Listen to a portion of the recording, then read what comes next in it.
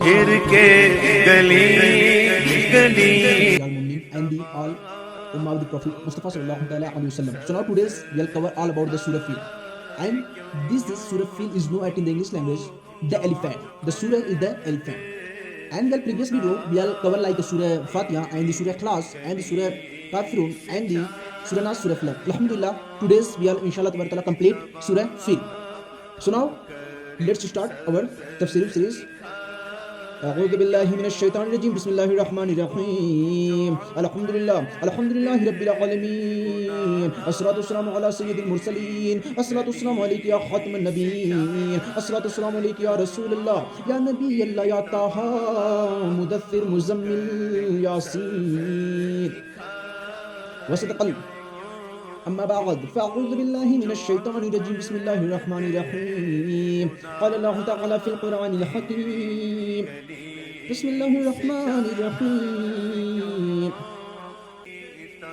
ألم تر كيف فعل ربك بأصحاب الفيل ألم يجعل كيدهم في تضليل وأرسل عليهم طيرا أبابيل ترميهم بحجارة من سجيل فجعلهم كعصف مأكول صدق الله العظيم وصدق رسوله الكريم. قال امام حضرت جعفر فاضل بریلوی ہوتے کہاں خلیل و بنا کعبہ و منا ہوتے کہاں خلیل و بنا کعبہ و منا لولاک والی صاحبی یا رسول اللہ سب تیرے گھر کی ہے لولاک والی صاحبی یا رسول اللہ سب تیرے گھر کی ہے اور چمک تجھ سے پاتے ہیں سب پانے والے چمک تجھ سے پاتے ہیں سب پانے والے میرا دل بھی میرا قلب بھی چمکا دے چمکانے والے میرا دل بھی میرا قلب بھی چمکا دے چمکانے والے all signs found from you and please glow my heart O glow giver please glow my heart O glow giver. اور بقول تاج الشریعہ رحمۃ اللہ علیہ کہ زندگی یہ نہیں ہے کسی کے لیے زندگی یہ نہیں ہے کسی کے لیے this life is not for any one person زندگی یہ نہیں ہے کسی کے لیے زندگی ہے نبی کی نبی کے لیے اور جینا مرنا ہے سب کچھ نبی کے لیے.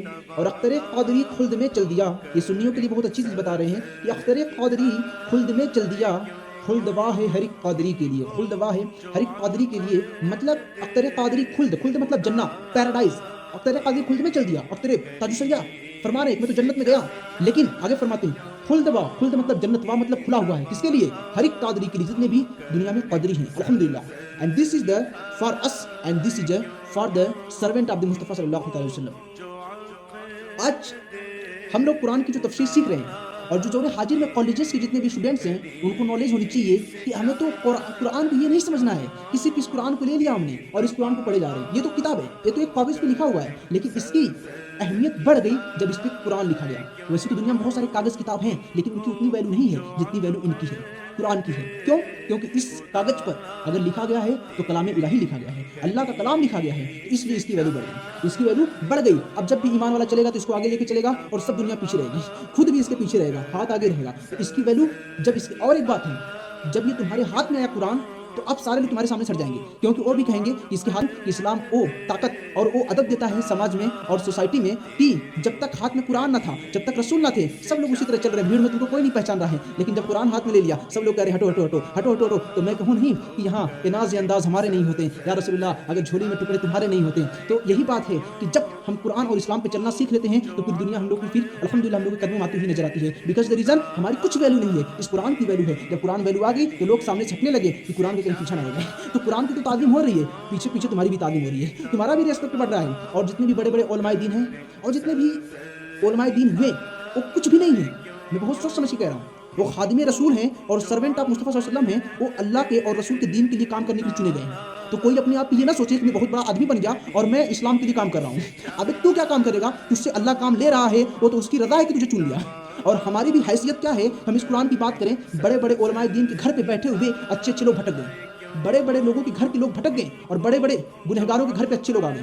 تو یہاں ایک مقاصد یہ بھی ہے کہ کوئی یہ نہ کہے کہ اسلام ہمارا ہے نہ حضرت نوح علیہ السلام ہے ان کا بیٹا کافر حضرت آدم علیہ السلام نبی اللہ ہے لیکن بیٹا قابل قاتل. تو یہ بتائیے آپ یہ کہو گے کہ قابل جو اتنا بڑا گناہ کیا باپ کیسا معاذ اللہ کسی مفتی میں یہ طاقت ہے ہی نہیں کہ فتویٰ لگا دے جو حضرت آدم ہیں ان کا بیٹا غلط تو آدم بھی غلط، معاذ اللہ، ابھی تمہارا ایمان ہی ختم ہو جائے گا.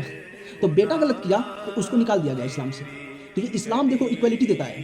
اگر نبی کا بھی بیٹا ہو تو اسے نکال دیا جائے گا، چاہے وہ کسی کا گھر کا ہو. تو اسلام میں یہ سب نہیں ہوتا ہے سوسائٹی دیکھنا، بھائی دوست جو ہوتا ہے کہ اپنے اپنے لوہے لے کے چلنا، غلط کر رہا ہے پھر نہیں. اسلام کہتا ہے اگر تم نے غلط کیا تو پھر نکالے جاؤ گے، چاہے کوئی بھی ہو. تو اسلام از دا پاور، اپنے آپ میں پاور رکھتا ہے. میں ہمیشہ کہتا ہوں تو اس قرآن کو صرف پڑھنا یہ نہیں ہے کہ رٹنا ہے. اس قرآن کو زندگی بھر تو ہم لوگ دیکھتے رہیں اور صرف پڑھتے رہیں، نہ. اس قرآن کو انشاءاللہ تبارک تعالیٰ مرنے سے پہلے اور قبر میں جانے سے پہلے پورا سمجھنے کی کوشش کرنی ہے. اور ہماری عقلیں کیا ہم سمجھ سکیں، یہ تو رب کی عطا ہے کہ وہ دے دیتا ہے. اور رسول اللہ صلی اللہ علیہ وسلم کی قول حدیث ہے کہ اللہ جب کسی کے ساتھ بھلائی فرماتا ہے تو اسے دین کی سمجھ عطا فرما دیتا ہے. بھلائی کے لیے نہیں کہا کہ اس کے لیے بھلائی کرتا ہے تو اس کو پیسہ دے دیتا ہے، اس کو لوگوں کا حاکم بنا دیتا ہے. فرمایا اسے دین کی سمجھ. اور میں نے دین جب ٹٹولا کہ دین ہے کیا تو پتہ چلا قرآن ہے.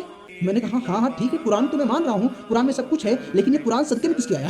قرآن نزول کس میں ہوا؟ تو میں سارے جگہ گیا، نماز روزہ حج و زکات سب جگہ میں تلاش کیا دین ہے کیا. تو مجھے ایک ہی جگہ دین ملا. تو پھر پتا چلا اقبال نے کہا تھا کہ محمد سے وفا تو نے تو ہم تیرے ہیں، یہ جہاں چیز ہے کیا لوح و قلم تیرے ہیں. تو پتا چلا مصطفیٰ جان رحمت تک اپنی زندگی کو پہنچا دو، وہیں پر دین بھی مل جائے گا، وہاں پہ قرآن بھی مل جائیں گے، صحابہ کرام بھی مل جائیں گے، اہل پہلے تھے اطہار بھی مل جائیں گے، ہر کوئی وہاں پہ مل جائے گا. تو اب ہم لوگ اپنے اس سورہ کو اسٹارٹ کرتے ہیں انشاءاللہ تبارک تعالیٰ. ہم لوگ اس سے بہت سارے فیضیاب ہوں گے اور جتنے بھی اسٹوڈنٹ کالج کے ہیں وہ لوگ کلیئر ہوگا. دیکھو اس میں رب تعالیٰ فرماتا ہے بسم اللہ الرحمن الرحیم، in the name of Allah most gracious most merciful. بسم اللہ الرحمن الرحیم، اللہ کے نام سے شروع جو نہایت مہربان رحم والا ہے.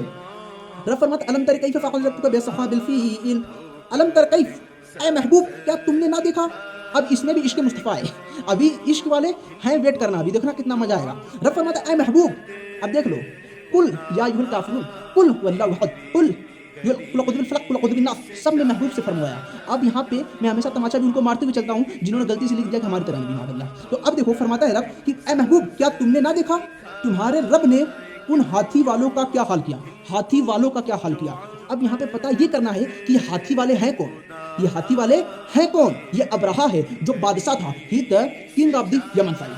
اینڈ اس سمے اس نے سوچا کہ کعبہ کی سب لوگ طواف کر رہے ہیں، تو میں پہلے تو کوشش کیا کہ میں کعبہ بنا لوں اپنے ایریا میں، کچھ دیوار سے گروا دوں اور سب لوگ یہاں کا طواف کریں، کعبہ کوئی نہ جائے، مطلب مکہ شریف کوئی نہ جائے. تو کچھ لوگوں نے اسے توڑا. تو اس نے پوری طریقے سے اپنا سوسائٹی کریٹ کیا اور اپنے پورے یودھاؤں کو پورا گھوڑے کے ساتھ لشکر لے کر آیا کعبہ کو اڑانے کے لیے معاذ اللہ. اسی لیے میں کہتا ہوں تب جب کچھ اسلام کا تو ہر وقت میں بول والا، جب اسلام کے اتنی سپر پاور نہیں تھا تب اسلام کا کوئی کچھ نہ کر سکا. تو آج تو الحمدللہ اتنی پاورفل اسلام ہو چکا ہے اور پوری تیزی سے پورے ورلڈ وائڈ اگر نمبر 1 پہ کوئی اسلام تیزی سے پھیل رہا ہے، کوئی ریلیجیس کوئی اسلام ہے. تو اب کہاں مٹا پاؤ گے. تو اب ہزاروں کروڑوں کوشش یہ مسلمانوں صرف تمہیں ضرورت ہے کہ تم خدا کے قریب ہو. یہ دنیا تمہیں ایسے کھینچ رہی ہے نا، تم زبردستی خدا کی طرف جاؤ. یہ کھینچ رہی ہے تم زبردستی جاؤ. تو پتہ کیا چلا ہمیں خدا کے قریب ہونا ہے. یہ دنیا کیا ہمیں دور کرے گی. تو دنیا ہمیں کیا برباد کرے گی؟ نہیں، ہمیں ڈرنا ہی نہیں ہے. خدا نے اپنے ذمہ پہ دیا ہے کہ قرآن کی حفاظت ہم کریں گے اور اپنے دین کی حفاظت ہم کریں گے. تمہاری ضرورت نہیں ہے، ہمیں ضرورت ہے اپنی حفاظت کے لیے. تو ہم خدا کے قریب ہو جائیں، خدا کے قریب ہو جائیں. تو رب فرماتا اے محبوب کیا تم نے نہ دیکھا تمہارے رب نے ان ہاتھی والوں کے لیے کیا کیا. اب یہاں پہ تفسیر یہ ہے کہ رب فرماتا ہے ہاتھی والے تو ان لوگوں نے آیا تھا کعبہ شریف کو ڈھانے کے لیے، معاذ اللہ مطلب گرانے کے لیے. تو اب یہاں پہ ایک بات یہ ہے کہ جب یہ درگھٹنا گھٹتی ہے، یہ جب ایونٹ ہوتا ہے تو رسول اللہ صلی اللہ علیہ وسلم کی پیدائش ولادت نہیں ہوتی ہے جسمانی طور پہ. ویسے تو ہمارا عقیدہ ہو نبی تب بھی تھے جب آدم جب پانی اور مٹی کے بیچ میں تھے. تو جب یہ ابرہا آیا اور سوچا کہ میں اٹھا دوں گا، لیکن ایسا نہ ہوا. اور یہاں پہ نبی پاک تب نہ تھے جسمانی طور پہ، اور رسول اللہ صلی اللہ علیہ وسلم صرف فرما رہا ہے اے محبوب کیا تم نے نہ دیکھا. اور یہ لکھنے والا اس کون سے ہم لوگ کلمہ پڑھ رہے ہیں، یہ کلام اعلیٰ سے لکھا ہوا کنز الایمان ہے. تو اس میں فرماتا یہ ہے کہ محبوب کا جو پیدائش ہوتی ہے اس کے بعد ہوتی ہے، تو رسول تو تھے ہی نہیں. تو پھر رب کیوں فرما رہا ہے محبوب کیا تم نے نہ دیکھا. کہ پتہ چلا کہ رسول اللہ صلی اللہ علیہ وسلم تب بھی دیکھ رہے تھے جب وہ جسمانی طور پر نہیں تھے. وہ پوری دنیا کے اونر ہیں، وہ پوری دنیا کی مالک ہیں. تو رب نے ان کو سب کچھ کا علم دے دیا جو پہلے ہوا اور جو ہوگا. الحمدللہ یہی سب ایمان ہے جو کہ ہمیں اس چیز سے سمجھنے کو ملتا ہے. اگر آپ فرماتے ہیں جعل قیدہم فی تدبیر، کیا ان کا داؤ تباہی میں نہ ڈالا. مطلب اس میں یہ ہے کہ دو باتیں ہیں. Did he not make their creatures plan go astray؟ مطلب ان کا جو پلان تھا، ان کا پلان پوری طریقے سے خراب ہو گیا. آج کل ہم لوگ بھی پلان بناتے ہیں، لیکن یہ پلان جو اس نے رب کے خلاف بنایا تھا، رب نے اس کے پلان کو ڈیمولش کر دیا، ختم کر دیا. وَأَرْسَلَ عَلَيْهِمْ طَيْرًا أَبَابِيلَ، اور ان پر پرندوں کی جو ٹکڑیاں بھیجی. اب یہاں پہ فرمایا جاتا ہے کہ پرندے آئے تھے اور اپنے جو دو پیر ہوتے ہیں ان میں ایک ایک کنکر اور جو ان کی چونچ تھی ان میں ایک کنکر، 3 کنکر لے کر آئے تھے. یہ تفسیر میں کہ تینوں کنکروں سے انہوں نے مارنا شروع کیا. ایک بہت بڑی جھنڈ آئی، گروپ آیا چڑیوں کا، تو انہوں نے مارنا شروع کیا اور ان لوگوں کے